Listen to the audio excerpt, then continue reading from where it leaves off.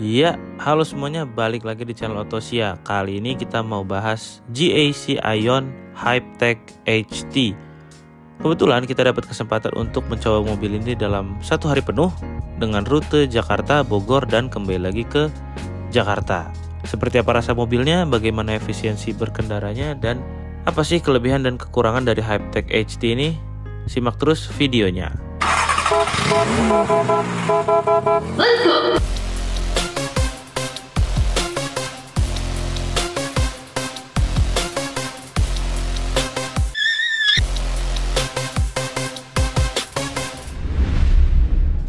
Oke, sebelum mulai jalan kita lihat dulu tampilan eksteriornya. Ya, secara tampilan mengingatkan kita akan suatu merek mobil sports car asal Jerman yang juga memproduksi SUV, yaitu Porsche Macan. Nah, bisa dilihat tampilan depannya ini kelihatan dia itu menonjolkan sisi dinamis, modern, dan minimalis dari sebuah mobil listrik. Lampunya berbentuk oval dengan detail menarik di bagian dalam yang juga berfungsi sebagai DRL. Nah, menariknya dia ini akan memberikan animasi ketika kunci dibuka maupun kunci mobil ditutup gitu. Jadi lebih variatif. Teknologi lampunya juga sudah menggunakan full LED headlight maupun tail light. Jadi lebih terang, kemudian lebih minim perawatan, dan juga tahan lama untuk digunakan jangka panjang. Serta yang paling penting dari LED untuk mobil listrik adalah penggunaan dayanya yang lebih hemat dibandingkan bohlam biasa. Nah, kalau kita geser ke samping nih, lihat dari samping, dia itu tampilannya ala-ala SUV coupe. Nah, itu kan lagi tren banget nih masa kini. Jadi memang tampilan ini semakin dinamis berkat si atap melandai yang di bagian belakang. Kemudian ada detail yang memberikan kesan sporty, agresif, sekaligus mewah di saat yang bersamaan. Ada satu hal yang terlihat cukup kurang enak lah dipandang, yaitu di bagian roda. Sebenarnya dia ini sudah menggunakan pelek ring 20 inci dengan ban 245/50 R20. Tapi karena bodinya ini bongsor dengan profil yang tebal, dan juga profil bodi di bagian pintunya itu yang terlihat lebih besar dibandingkan proporsi kacanya, sehingga tampilan peleknya ini terlihat kecil. Padahal sejatinya dia ini udah gede banget ya, 20 inci, cuman agak kurang proporsional lah di bagian kaki-kaki. Tapi desainnya udah aerodinamis banget, warnanya juga udah two-tone, jadi ya oke lah, bisa dimaafkan. Nah, baru kita bahas yang bagian belakangnya. Mungkin ada yang ingat dengan beberapa mobil dengan desain belakang kontroversial seperti Nissan Juke atau mungkin BMW X6 gitu ya, BMW X6. Nah, si Aion Hypertech HT ini juga punya buntut yang terbilang agak butuh pembiasaan lah, khasnya SUV coupe. Cuman kalau memang orang yang suka sama desain seperti ini, dia pasti akan suka banget sama mobil ini atau desain belakangnya mobil ini. Tapi kalau orang yang belum terbiasa dengan desain belakang ala SUV coupe, tentu akan melihat buritan dari Hypertech HT ini agak janggal karena proporsi kacanya itu sangat melandai sehingga sangat kecil dibandingkan bodinya yang begitu tebal, apalagi diukur dari bagian bumper hingga titik teratas bagian bagasi atau di atas lampu. Nah, kemudian bagian lampunya ini sama kayak depan, dia udah full LED dengan 3 mata berwarna merah sebagai lampu rem dan juga lampu senja gitu. Kemudian ketika malam hari dia memiliki LED stripes yang memanjang dari kiri hingga ke kanan, jadi memberikan ciri khas tersendiri pada Hypertech HT ketika diajak jalan di malam hari. Masuk ke interior, nah ini baru nih kerasa kalau si Hypertech HT ini berada di kelas SUV yang premium. Di mana-mana itu dibalut kulitnya juga enak, mewah, halus. Ya gimana enggak, dia udah pakai Nappa leather di seluruh bagian joknya. Kemudian dia juga memiliki panoramic sunroof yang gede banget dari depan sampai belakang. Ini bikin kesan kabin lebih luas, tapi dia nggak bisa dibuka ya, dia hanya atap kaca aja tanpa bisa dibuka kacanya seperti sunroof karena ini hanya panoramic roof. Nah, yang menyenangkan adalah bagian instrumen clusternya. Dia sudah full digital TFT color screen dengan ukuran 8,88 inci. Dia mampu menampilkan berbagai informasi sangat banyak, mulai dari kecepatan, sisa bahan bakar, ini mobil listrik, sisa baterai, kemudian sisa jarak tempuh dari baterainya itu sendiri, kemudian bisa menampilkan peta, bisa menampilkan ADAS atau Advanced Driving Assistance System. Kemudian dia juga bisa menampilkan berbagai informasi lain seperti trip A, trip B, dan masih banyak lagi. Nah, soal hiburan, di dalam Hyptek HD ini ada yang namanya layar tengah atau head unit dengan ukuran 14,6 inci yang juga dibekali dengan chipset Qualcomm 8155. Artinya dia sudah sangat canggih, sangat cepat, anti-lag lah pokoknya. Dan juga layar head unit ini juga berfungsi sebagai pusat pengaturan berbagai fungsi atau berbagai fitur di dalam mobil. Tapi menurut kami agak terlalu berlebihan dalam tanda kutip. Kenapa? Karena sampai ke pengaturan spion, kemudian pengaturan rem parkir atau rem tangan, fitur auto hold, hill descent control, dan berbagai fitur krusial lain seperti mode berkendara misalnya, itu semua diatur lewat layar. Yang mana sebenarnya menurut kita itu lebih cocok fitur-fitur itu diberikan shortcut tombol fisik sehingga lebih mudah dijangkau ketika sedang berkendara tanpa harus memalingkan pandangan dari jalan ke layar. Apalagi kalau lagi berkendara sendiri, tentu itu seakan cukup merepotkan si pengemudi itu sendiri. Di layar tengah ini atau layar head unit ini juga sudah menyediakan fitur konektivitas Apple CarPlay dengan koneksi kabel, tapi belum ada Android Auto. Nah, kalau penjelasan dari pihak Ion Indonesia itu nantinya mulai tahun depan itu baru bisa update software untuk memasukkan fitur Android Auto. Kenapa? Karena saat ini sedang dilakukan beberapa persiapan untuk memasukkan fitur tersebut ke model-model Ion di Indonesia.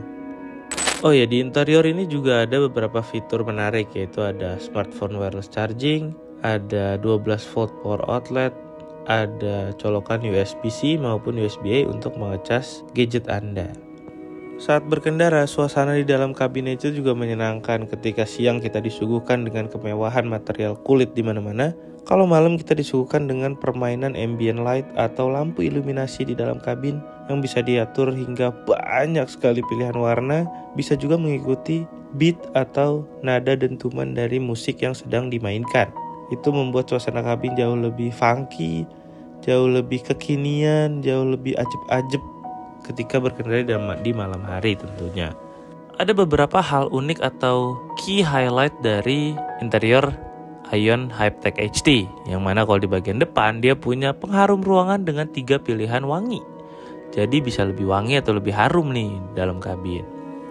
Terus juga di bagian sisi penumpang depan itu ada footrest yang bisa bikin posisi duduk itu lebih rileks. Ditambah lagi ada fitur kursi pijat baik untuk pengemudi maupun penumpang depan. Jadi semakin nyaman lah, semakin PW buat perjalanan jauh maupun perjalanan jarak dekat. Selain itu, kursi depannya juga bisa direbahkan hingga sangat rebah dan menjadi sofa mode untuk duduk di baris kedua. Jadi bisa ngelonjor kakinya ke depan yang memberikan aspek kenyamanan lebih di dalam Hyptek HD. Kalau kita duduk di belakang itu banyak fitur-fitur lucunya nih, tapi menarik. Jadi kalau kalian duduk sebagai penumpang di bagian kiri belakang, kalian bisa duduk dengan mode ala VIP, yang mana seluruh sandaran dari Hyptek HD di jok belakang ini bisa direbahkan hingga 45 derajat, yang mana itu memberikan posisi duduk yang sangat amat rileks, sangat amat nyantai, hampir rebahan, hampir tiduran. Ditambah lagi untuk di posisi belakang kiri itu ada yang namanya footrest. Jadi benar-benar nyaman banget buat para eksekutif beristirahat dengan ketenangan dan kesenyapan khas mobil listrik. Nah, itu kan di sebelah kiri belakang. Kalau di kanan belakang itu bisa buat kerja, makan, nonton segala macam, karena dia punya tray atau meja yang multifungsi, ukurannya juga lumayan besar. Jadi cocok lah untuk melakukan berbagai kegiatan tadi sambil menempuh perjalanan menuju tempat tujuan. Soal kepraktisan kabin, dia sebenarnya gak terlalu spesial karena dia tidak punya glove box di dashboard bagian depan kiri, hanya mengandalkan tempat penyimpanan tertutup di bagian armrest di antara driver dan pengemudi depan. Kemudian ada beberapa cup holder di center console, kemudian ada di pintu depan, pintu belakang, dan juga di armrest bagian belakang. Nah, soal bagasi, dia itu punya bagasi dengan kapasitas 700-an liter. Jadi cukup memadai untuk perjalanan jarak jauh, tapi untuk membawa barang yang lebih banyak dan besar, dia bisa dimaksimalkan hingga menyentuh 1857 liter untuk kapasitas kargonya dengan melipat kursi bagian belakang tentunya. Gak cuma itu, dia juga punya bagasi di depan yang bisa menaruh barang-barang yang sekiranya punya aroma yang kurang enak, kayak misalkan durian, atau misalkan nangka cempedak, atau sepatu futsal basah habis dipakai main futsal sampai keringetan. Nah, itu cocok ditaruh di bagasi depan.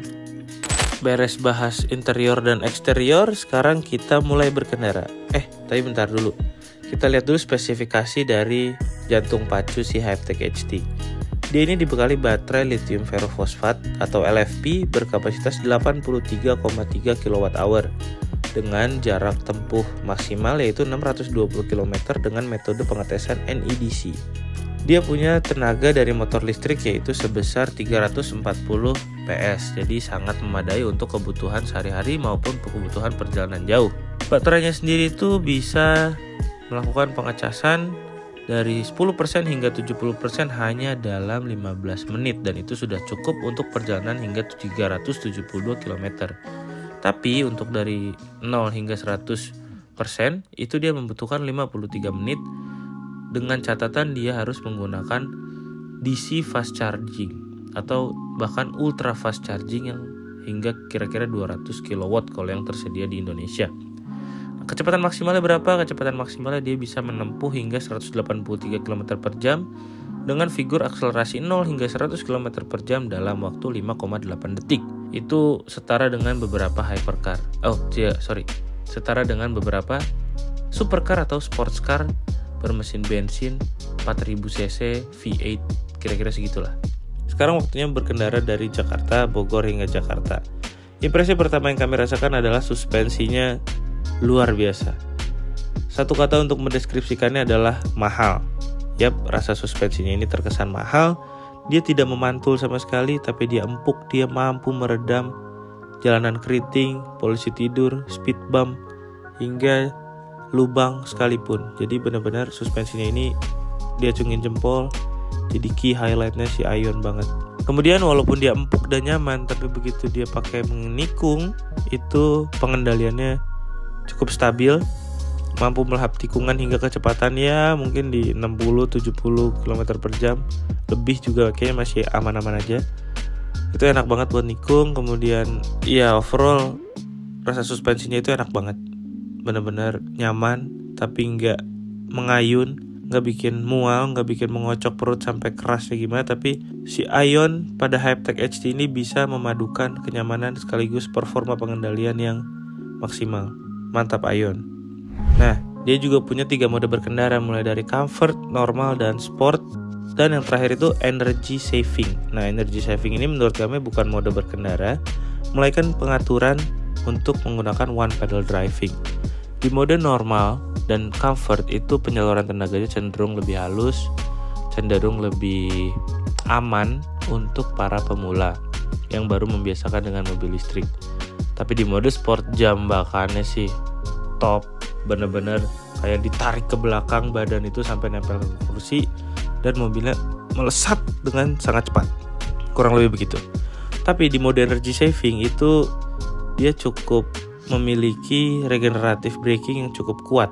Jadi regenerative braking itu kan fungsinya untuk memaksimalkan sisa putaran roda yang harusnya terbuang menjadi panas melalui rem. Tapi kalau regenerative braking ini dia bisa menangkap energi itu dan dikembalikan menjadi energi listrik ke baterai. Nah, tapi sayangnya berbeda dengan beberapa mobil listrik seperti yang dimiliki oleh Hyundai di Hyundai Kona, Ioniq 5 maupun Ioniq 6 dan beberapa mobil lain.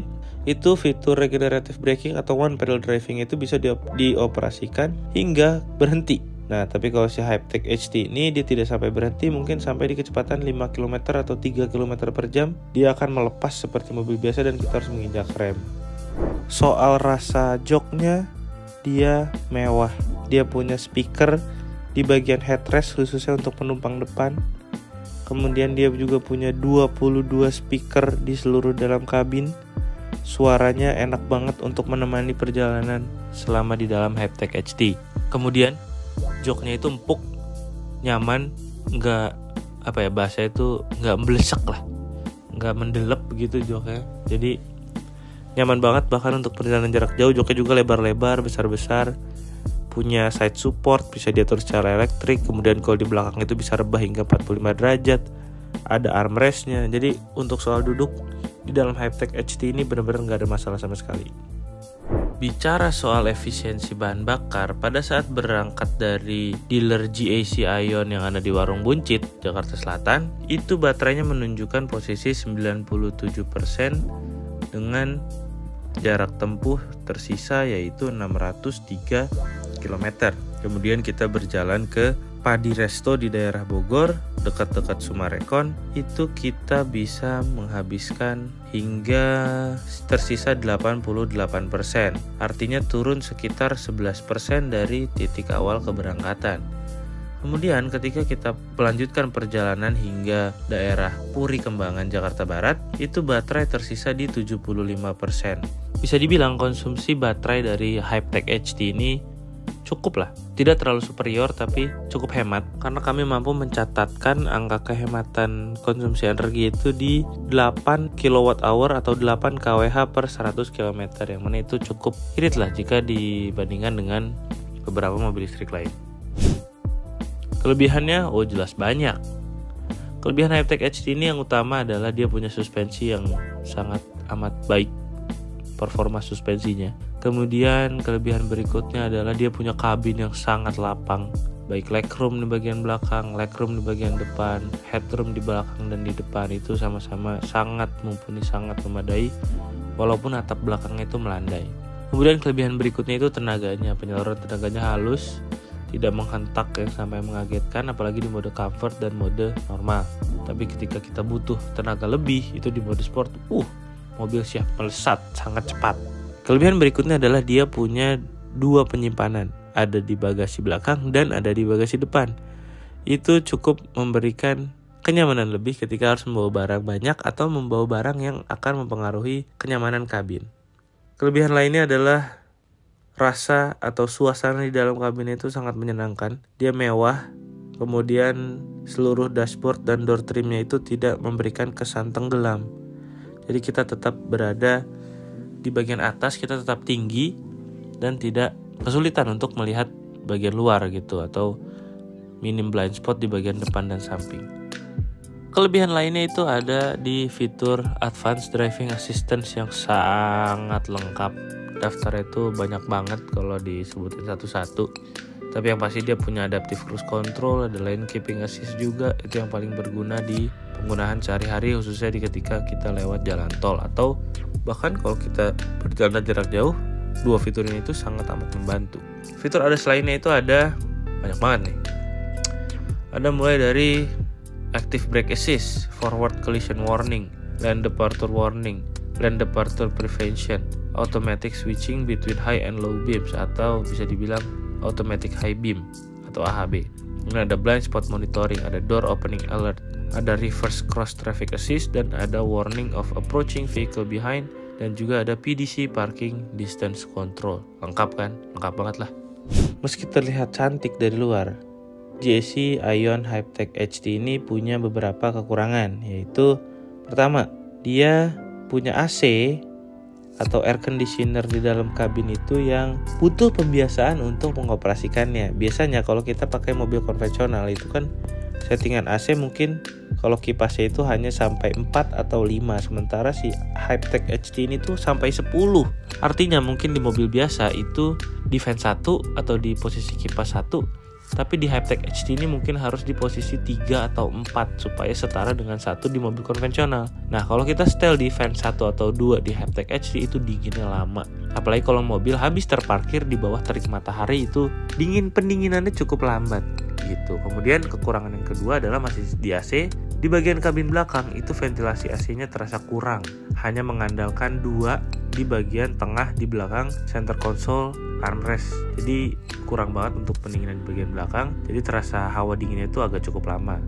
Kemudian kekurangan selanjutnya itu ada di bagian penutup kaca panoramiknya atau kaca di bagian atap. Atapnya ini kan full kaca dari depan sampai belakang. Artinya dia tidak bisa menahan panas sebaik atap besi atau atap ya selayaknya mobil normal gitu, bukan atap kaca. Dan dia hanya ditutup menggunakan kain, bukan menggunakan material plafon. Alhasil, ketika digunakan di bawah terik matahari itu hangatnya cukup terasa dari bagian atas, yang mungkin ini akan mengurangi kenyamanan jika dipakai dalam jangka waktu lama. Kemudian kekurangan yang cukup mengganggu adalah balik lagi seluruh pengaturan fitur-fitur itu semuanya di layar. Kita nggak bisa ngatur yang simpel-simpel seperti spion, mode berkendara, dan lain-lain hanya menggunakan tombol fisik. Itu udah nggak ada, kita harus pembiasaan, itu mungkin harus belajar lagi soal pengaktifan fitur-fitur ini dan itu agak merepotkan. Ada kekurangan lain yaitu kaca belakangnya itu sempit banget kalau lihat dari dalam. Jadi kalau dari spion tengah kita mau lihat ke belakang itu visibilitasnya benar-benar deh kayak nggak fungsi, itu kaca belakang kecil banget, susah untuk ngelihat berbagai angle. Itu kita cuma bisa lihat lurus aja, nggak bisa lihat ke kanan kiri gitu. Dari spion tengah itu agak sulit karena sempit banget kacanya. Soal harga, Aion belum mengumumkan harga resmi dari Hypetech HD untuk saat ini, tapi pihak Aion menyebut bahwa tak lama lagi akan ada peluncuran resmi atau peresmian dari Hypetech HD ini. Soal pintu gullwing atau pintu belakang yang seperti Tesla Model X, itu kapan? Pihak Aion Indonesia juga belum mengumumkan kapan model tersebut akan hadir di Indonesia. Jadi kita masih harus menunggu untuk varian tersebut. Baiklah, segitu dulu review kita mengenai Aion Hypetech HD, dari kelebihan, kekurangannya, kemudian juga rasa berkendaranya. Gimana menurut kalian? Apakah mobil ini cocok untuk warawiri atau dikonsumsi, digunakan oleh masyarakat Indonesia? Dan kira-kira berapa harga yang cocok untuk Hypetech HD ini? Silahkan komentar di bawah. Dan jangan lupa like, share video ini juga ke teman-teman kalian. Dan juga jangan lupa kunjungi website kami di otosia.com. Terima kasih telah menonton. Sampai jumpa di video berikutnya. Dadah.